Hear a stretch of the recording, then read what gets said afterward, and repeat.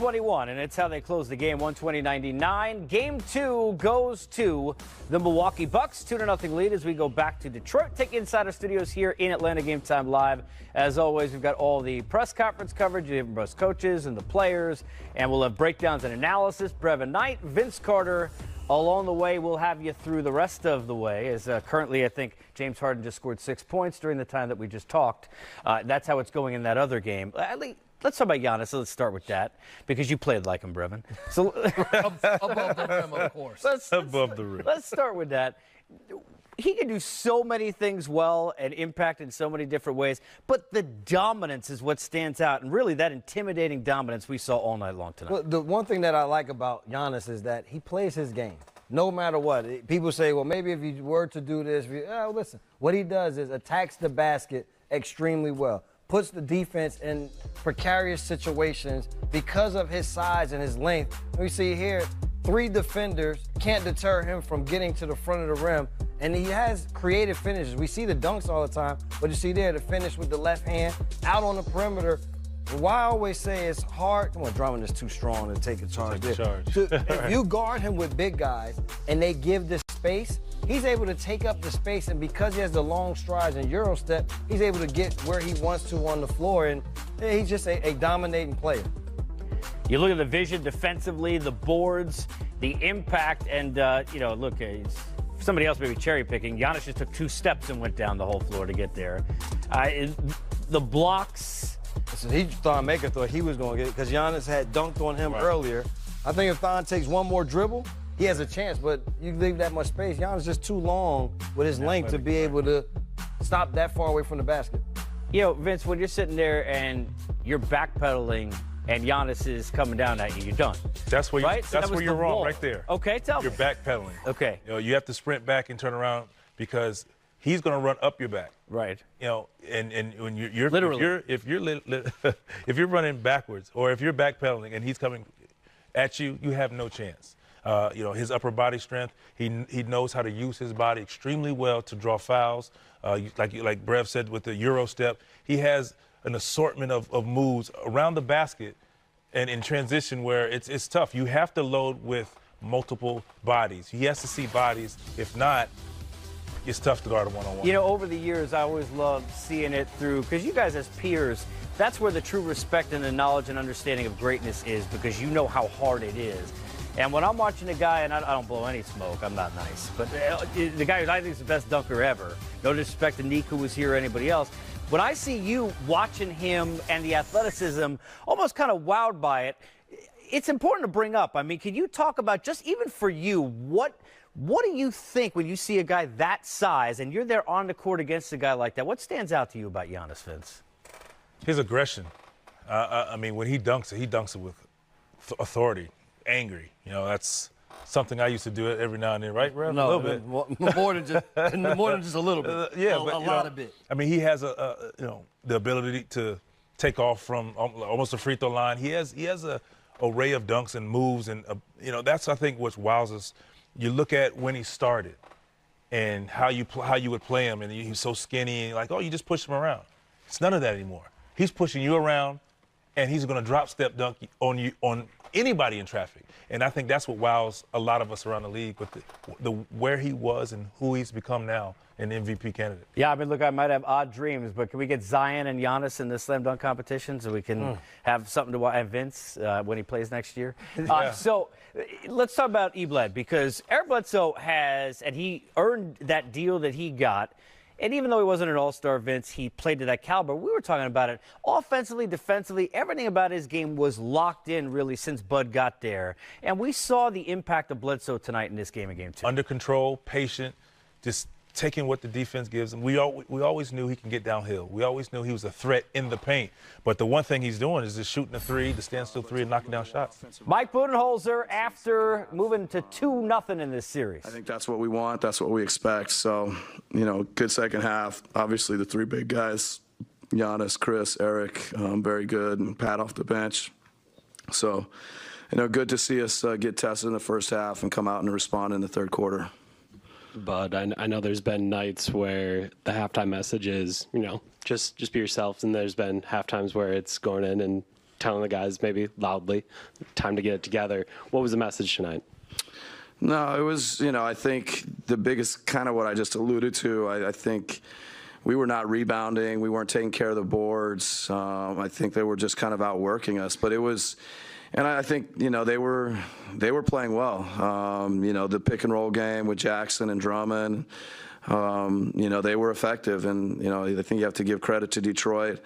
And we just said we want to keep doing what we've always done. We just got to be better. Particularly, we got to be better taking care of the boards. I thought a couple transition baskets, we didn't stick to our principles.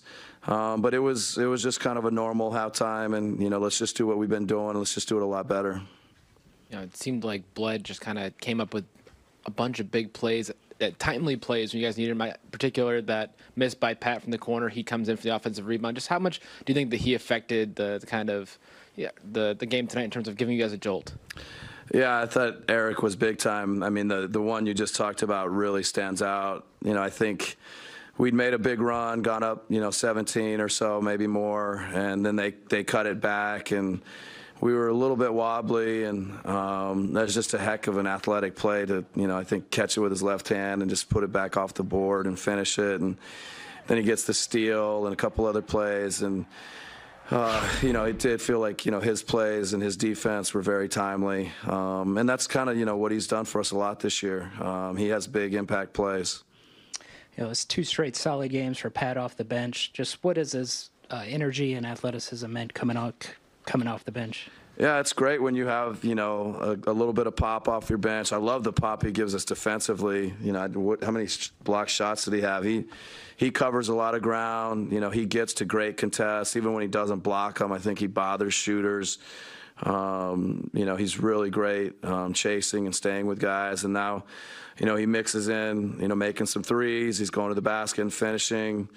He and I are laughing. He's turned into our best power forward with a jump hook. So, he's doing a little bit of everything. Before the game, Dwayne Casey spoke a little bit about trying to get defenders in front of you guys in the paint, try and take some charges. It looked like in the first half they did a pretty good job of that, but in the second half you were sort of able to get to spots, get better looks. So was that something you mentioned at halftime, or was that sort of player-driven? And I guess the second part was Giannis to start the third quarter with 7 points in the first minute. What did you see from him? Yeah, we did talk a little bit at halftime. I think we have to move them a little bit more. We have to play with each other a little bit more. In the first half, there's times when we're just, felt like we're just trying to basically beat our guy without any passes. And, when there's lanes and there's opportunities, we like that. But I think, we got to be just as willing to make a couple of passes, move the defense a little bit, and then attack again. And the first half, it didn't feel like we were as willing to make those passes and move them before we attacked. Second half was better. Giannis, the first couple minutes, getting 7 points. The first play of the half, he kind of gets it on a go and catch and finishes. And so, I don't think he didn't feel great about how he played in the first half. And, he usually, when he feels that way, he's going to do something to change it. But it seemed like kind of like a volume thing in the first half. Your shooting percentage was pretty strong, and theirs wasn't great, but they end up with a lead. Was it empty possessions on your end, and part of what you just talked about, and maybe not doing that extra pass to get a hoop and might be an offensive foul or something like that, just to kind of stunt your own possessions? Yeah, I think they had 14 or 15 more shots than us. We had we were significantly better in field goal percentage and 3-point percentage and free. But we turned it over too many times, so that gave them extra possessions. And then we talked about they'd killed us on the offensive boards in the first half. And so between our turnovers and their offensive rebounding, they just got so many more shots than us that, they were up at halftime, despite, us shooting a higher percentage. But how do you feel you guys responded to their use of Luke Kennard in the starting lineup? And did you change anything specifically at halftime? Yeah, I would say, he was a big part of that first half, thrust that they put out there. And certainly credit to Luke. He played well. I think there's a couple areas where we need to tighten up and we can be better. But again, the first half, they're a good team. There's a reason why they're in the playoffs, and those guys, Kennard made a bunch of shots. Reggie Jackson made a lot of shots and reads, and they played well, including Kennard. And I think we can be better, but, you got to give him credit. Yeah, there were a few possessions in a row where Giannis was walking up and down the court there in the third quarter. He had a collision with Drummond and didn't get back on defense. Just was there anything to that in terms of him? Was he cramping or anything to that? No, I mean, I think Giannis, he tends to play so hard and he gives so much, and he does a ton for us defensively. Then we're trying to play fast, and he may have the ball a lot. So I don't think it was anything unusual.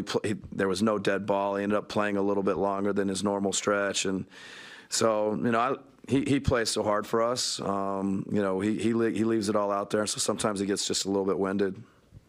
Tonight, there's the sequence where Chris gets that steal, throws it up to Eric. There's the sequence where Eric taps it over to Giannis, and then he goes, what does it mean to have, like, your three big guys, like, they're making hustle plays on a night like this? Yeah, I mean, we've kind of been talking about that all year. When those guys do it, it means even more when your best players are kind of, getting on the floor for loose balls, getting 50-50 balls, doing things defensively. Everybody's watching them, and I think the whole team follows those three's leads, and tonight their second half was a great example of it. Thanks.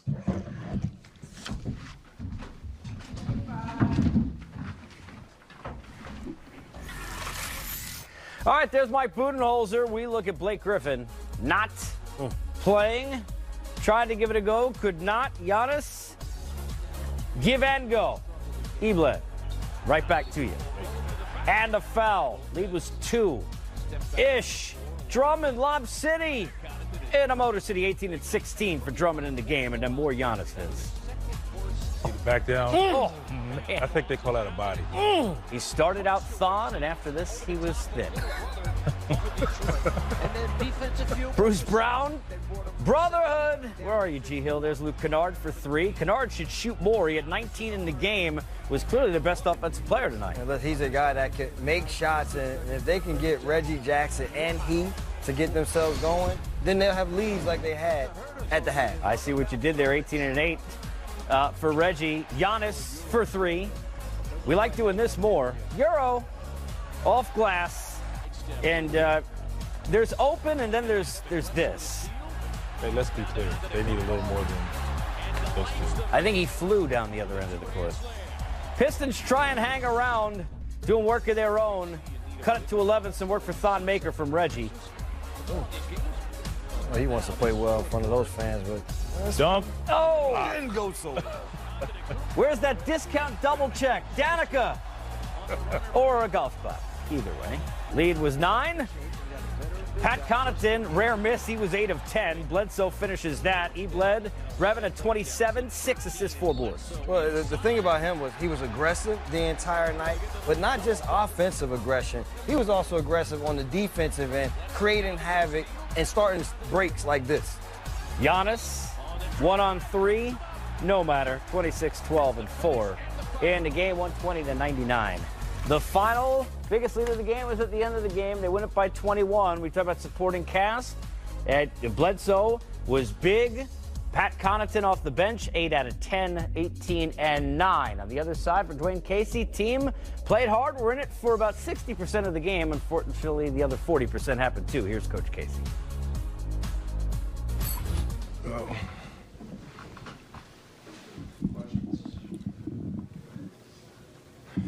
Any questions? Coach, Vince straight first, I guess. The things you were looking to do tonight, did you guys, obviously you didn't win the game, did they play better than 2 years? Well, again, I thought we set the tone in the second quarter, but again, against a team like Milwaukee, you've got to do it for a longer period of time. I don't think we extended it long enough. It showed in the third quarter scoring. They scored 35 points to our 17, so it was our Achilles heel tonight. Again, our challenge has been that way a lot this year when we struggle, is extending hard play, not getting bored with doing the fundamentals, not getting bored to kicking the ball out and doing those things offensively, and then defensively staying solid and to make sure we execute what we're supposed to do. That's a discipline that's got to be at the top of our charts going into next game and also into next year. Luke Kennard, I was really proud of the way he came. He gave us a little bit more spacing. A small lineup gave us the opportunity to score, space the floor, move the ball, and I thought we did that in the second quarter.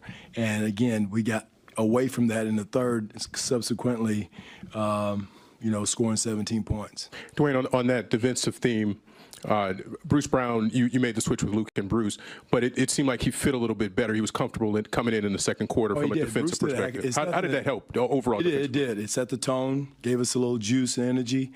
But against this team, you've got to score. You've got to score. You can't, think that you're going to get that many stops and not give yourself a chance to win. And for us to beat them, we've got to make sure we do a good job of executing, moving the ball, attacking the paint, kickouts, attacking the paint, finishing, attacking the paint, giving ourselves a chance to, we got up, 36 threes. We had some great looks from threes and knocked those down. So that's the way, the recipe for giving us a chance to beat a team like Milwaukee. Well, aside from the defensive stuff, and you mentioned the fact you got up a lot of threes tonight, did the offense, for the most part, function like you wanted to for most of the night? It did. Especially second quarter. The drive kick swings, the kickouts were the key to the scoring. Where we got 32 in the second quarter, and then we took the shots they wanted us to take in the third quarter, and we got to reverse that. Is there a learning curve to playoff energy, and maybe did you leave opportunities on the court with some open threes that you didn't make in the first half? No question. Again, your team has been here how many years in a row now, and I was here 2 years ago. They were kind of going through the same thing we're going through now, getting that playoff experience, getting the battle wounds, battle scars, learning. And again, it's a different game, a different level, and you've got the small mistakes you can make and get by with in the regular season, they're magnified in this setting. And, you've got to do the little things for a longer period of time, especially in the playoffs. And again, like you said, if you got a wide open shot, you better knock it down. You might not get another one. And again, we did. We got some of the shots we wanted, but, it's a make or miss league. Dwayne, one thing you really emphasized leading into this game was at a point your defenders have to meet the Bucks in the transition or in the half court. Did you feel like they did a much better job of that tonight? I thought we would have 3 charges against Antetokounmpo, and we got to do that. We put a wall there. Andre did a good job of getting in the wall, and we got to take as many of those as possible and put your body in there and have a confrontation. And that's where it's got to be, and I thought we did a much better job. I think they only had, 2 dunks in the first half, and did a much better job of protecting the nail in transition. All right, thank you. All right, so Dwayne Casey hoping things are better at home. This is your home for the Thursday playoff schedule. TNT got to be the most interesting series. Nets and Sixers. Nets weren't happy about some of that laughter about the elbow that was given by Embiid. We'll see what happens in Game 3 in Brooklyn. They'll be in the house. Spurs Nuggets even. And, oh, yes, Lou Will, Pat Bev, and the Clippers against Kevin Durant, who said simply, I'm Kevin Durant. We've got more coming up here. Game Time Live, breaking down the Bucks' 21-point win to take a 2-0 stranglehold of this series.